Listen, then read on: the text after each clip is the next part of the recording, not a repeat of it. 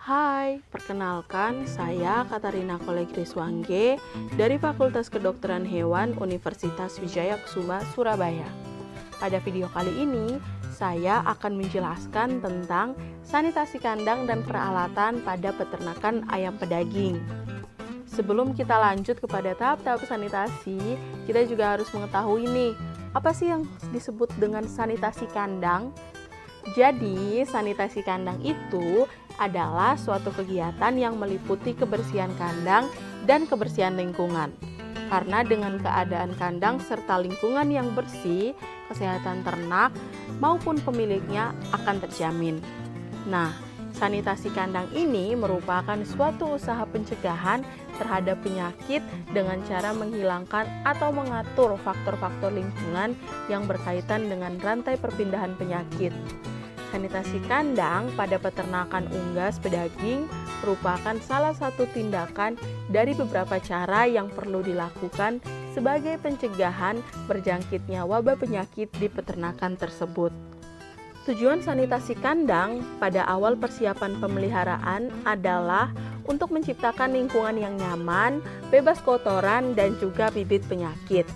Karakteristik yang paling menonjol dari bibit penyakit adalah mereka menyukai tempat-tempat yang kotor loh. Pada pemeliharaan ternak unggas pedaging, kandang dibersihkan secara menyeluruh setiap satu periode pemeliharaan setelah selesai digunakan. Sedangkan peralatan kandang seperti tempat pakan dan minum biasa dibersihkan setiap hari. Sanitasi kandang, peralatan, dan lingkungan diperlukan terutama untuk memenuhi standar manajemen yang telah ditentukan, untuk memenuhi peraturan perundangan yang berlaku, serta standar produk perusahaan, dan untuk mengurangi resiko penyakit pada ternak dan manusia akibat dari kontaminasi mikroorganisme. Ada beberapa hal yang harus diperhatikan sebelum melakukan sanitasi kandang, peralatan, dan lingkungan, yaitu ruang atau kandang dan peralatan yang akan disanitasi, metode sanitasi yang akan digunakan, bahan sanitasi atau zat kimia yang akan digunakan dan aplikasinya. Jika menggunakan pemanasan air diperkirakan sudah dapat mengatasi masalah, maka penggunaan bahan kimia sebaiknya dihindarkan. Pemakaian bahan kimia hendaknya juga menggunakan bahan yang aman bagi pekerja, bahan makanan, atau daging, dan tidak menimbulkan residu yang berbahaya. Monitoring program sanitasi yang akan dilakukan, harga bahan sanitasi atau bahan kimia yang akan digunakan, keterampilan pekerja yang akan melakukan sanitasi, serta sifat bahan atau produk di mana kegiatan tersebut akan dilakukan. Bahan sanitasi atau saniter harus mempunyai sifat sebagai berikut. 1. Merusak mikroorganisme. 2. Ketahanan terhadap lingkungan. 3. Sifat-sifat membersihkan yang baik. 4. Tidak beracun dan menyebabkan iritasi. 5. Larut dalam air. 6. Bau yang ditimbulkan dapat diterima. 7. Stabil dalam larutan pekat dan encer. 8. Mudah digunakan. 9. Banyak tersedia dan murah. Dan 10. Mudah diukur dalam larutan yang telah digunakan. Disinfektan adalah senyawa kimia yang dapat membunuh mikroba dan biasa digunakan untuk membersihkan meja, lantai, dan peralatan. Contoh disinfektan yang digunakan adalah senyawa klorin, hipoklorit, dan tembaga sulfat. Berdasarkan keefektifannya, disinfektan dibagi menjadi 3 kategori, yaitu high level disinfectants, intermediate level disinfectants, dan low level disinfectants. Low level disinfectants dibagi lagi menjadi 7 kategori utama, yaitu alkohol, halogen, quaternary ammonium compounds, fenol, kresol, aldehid, dan oksidator. Disinfeksi merupakan suatu proses pemusnahan untuk membunuh parasit, terutama parasit-parasit di luar tubuh ternak atau ektoparasit. Bahan kimia yang digunakan untuk disinfeksi disebut disinfektan. Disinfektan yang dapat digunakan adalah jenis formalin dan insektisida. Hal ini dapat dilakukan dengan cara mencampurkan disinfektan dengan air dengan perbandingan sesuai pada label kemasan, lalu disemprotkan pada kandang, tempat pakan, dan tempat minum. Untuk tempat pakan dan tempat minum, terlebih dahulu harus membersihkan sisa-sisa makanannya, lalu kemudian baru disemprotkan disinfektan. Disinfeksi merupakan proses pemusnahan untuk membebaskan segala bentuk jasad renik dengan cara membunuh kuman atau bakterisida untuk menghambat pertumbuhan kuman atau bakteriostatis dengan suatu bahan kimia. Nah, yang saat ini teman-teman lihat di layar adalah beberapa jenis bahan sanitasi beserta lokasi dan cara penggunaannya. Yang pertama adalah sabun. Sabun biasanya digunakan pada tempat pakan dan tempat air minum dengan cara dicampur air lalu dicucikan. Kemudian ada Lysol, Karbol, dan Kreolin. Lysol, Karbol, dan Kreolin biasanya digunakan pada lantai dan dinding kandang dengan cara dicampur dengan air lalu dicucikan atau disemprotkan. Yang ketiga adalah Antisep dan Saniquart yang digunakan pada tempat pakan dan air minum serta permukaan kandang dengan cara dicampur dengan air lalu disemprotkan. Yang keempat adalah kalium permagnat dan formalin. Kalium permagnat dan formalin biasanya digunakan pada bagian dalam kandang dengan cara fumigasi. Lalu ada kapur yang digunakan pada lantai, dinding, dan langit-langit kandang dengan cara dicampur dengan air lalu dioleskan atau ditaburkan. Yang terakhir adalah tir yang digunakan pada bagian kandang yang terbuat dari kayu atau bambu dengan cara dioleskan. Faktor-faktor yang mempengaruhi pemilihan disinfektan adalah 1. Efisiensi. Spektrum biosidal atau kemampuan untuk membunuh dari senyawa harus menjamin pengendalian efektif terhadap semua jenis patogen seperti virus, kuman, dan jamur yang mungkin akan menyerang atau mempengaruhi ternak. Lalu, bukti keampuhannya terhadap organisme sasaran harus dikonfirmasikan oleh laporan pengujian yang dilakukan oleh laboratorium terkemuka secara internasional dan harus terbukti handal pada kondisi kandang yang disimulasi dengan pengotoran organik, air sada, dan suhu rendah. Faktor berikutnya adalah keamanan.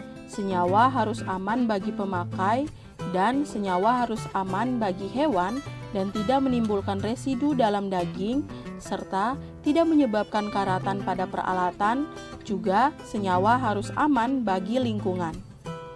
Yang ketiga adalah harga. Harga harus cost efektif dan mempunyai masa simpan yang panjang. Harga juga harus menguntungkan peternak dalam bentuk turunnya mortalitas, meningkatnya berat badan, dan VCR.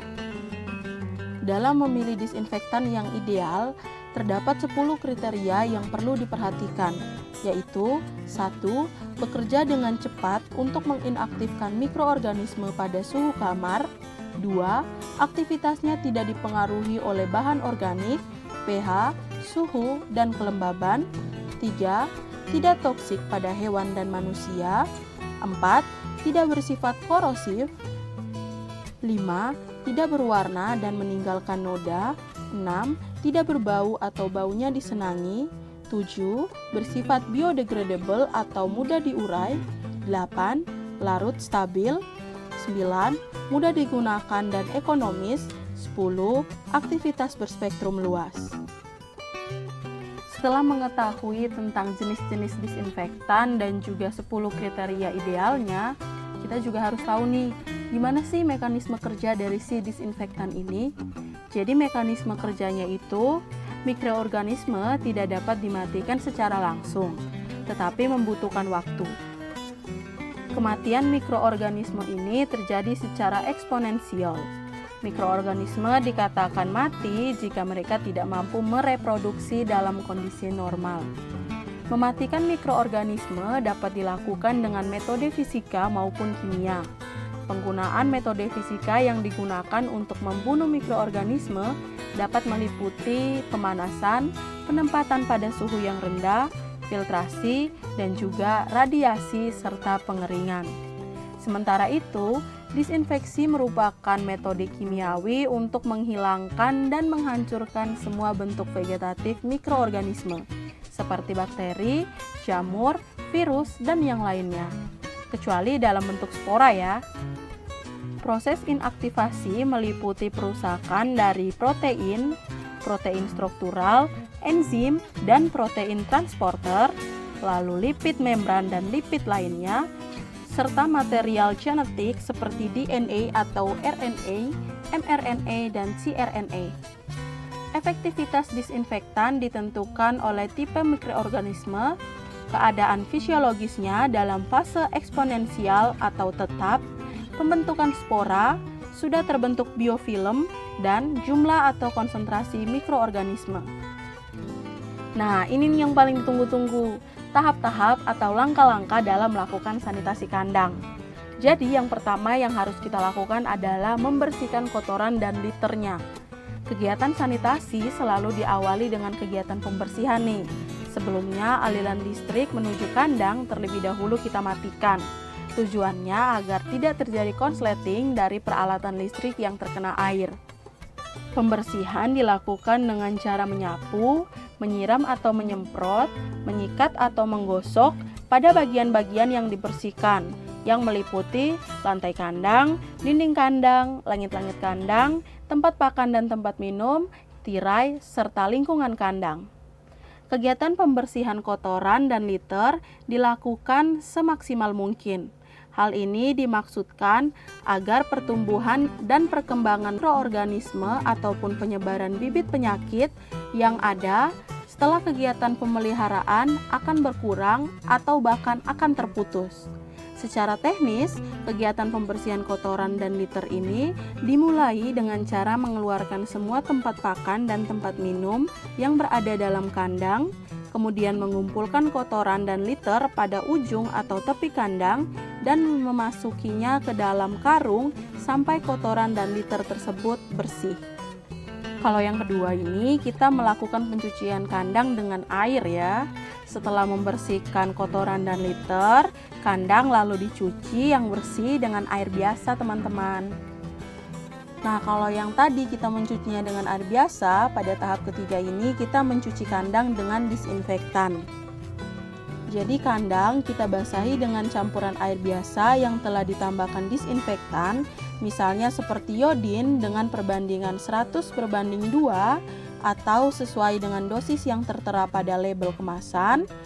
Lalu kandang yang telah dicuci bersih serta dalam keadaan basah tersebut kita semprot dengan larutan disinfektan. Penyemprotan disetel pada posisi terkabut yang memiliki tujuan agar reaksi obat disinfektan dapat masuk ke dalam sela-sela bangunan kandang, dan apabila banyak sarang laba-laba dan kutu, kandang dapat disemprot dengan obat insektisida seperti Basudin sesuai dengan dosis yang tertera pada kemasan. Yang keempat adalah pengapuran yang bertujuan untuk membunuh mikroorganisme termasuk jamur. Setelah melakukan pengapuran, dilakukan juga pencucian terhadap perlengkapan dan peralatan kandang, dan seperti yang teman-teman lihat, inilah kondisi kandang dari luar setelah disanitasi.